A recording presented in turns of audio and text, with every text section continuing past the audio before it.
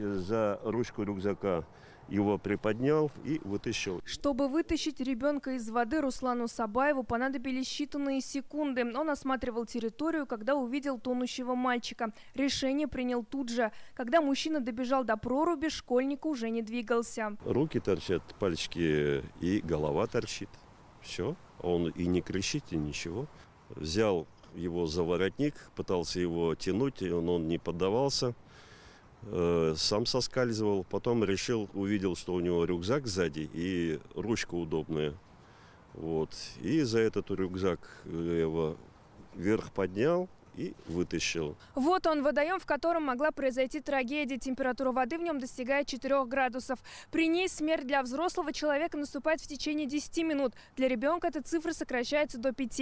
На момент спасения мальчик был в воде уже 3 минуты. Если бы не вы в тот момент, я бы, наверное, сейчас уже другие чувства испытывала. Сегодня Ефим в школу не пошел. По словам мамы, он с трудом отходит от шока. Здоровью мальчика ничего не угрожает. Любовь Чипига сегодня встретилась с Русланом Сабаевым на том самом месте, где чуть не потеряла сына. Женщина называет Руслана Григорьевича ангелом-хранителем. Я вам очень благодарна. Знаете, на самом деле, Ефим даже посмотрел на вашу фотографию, говорит, вот дядя добрый. На самом деле, это не просто так, это вчера было. Именно в вашу смену.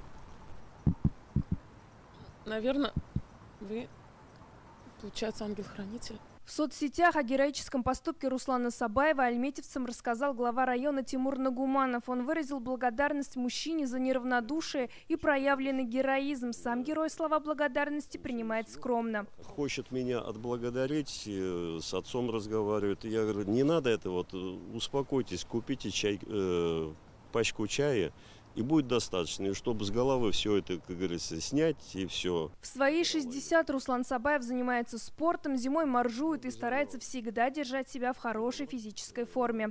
Аделя Закирова, Ира Хабибуллин, ТНВ, Альметьевск.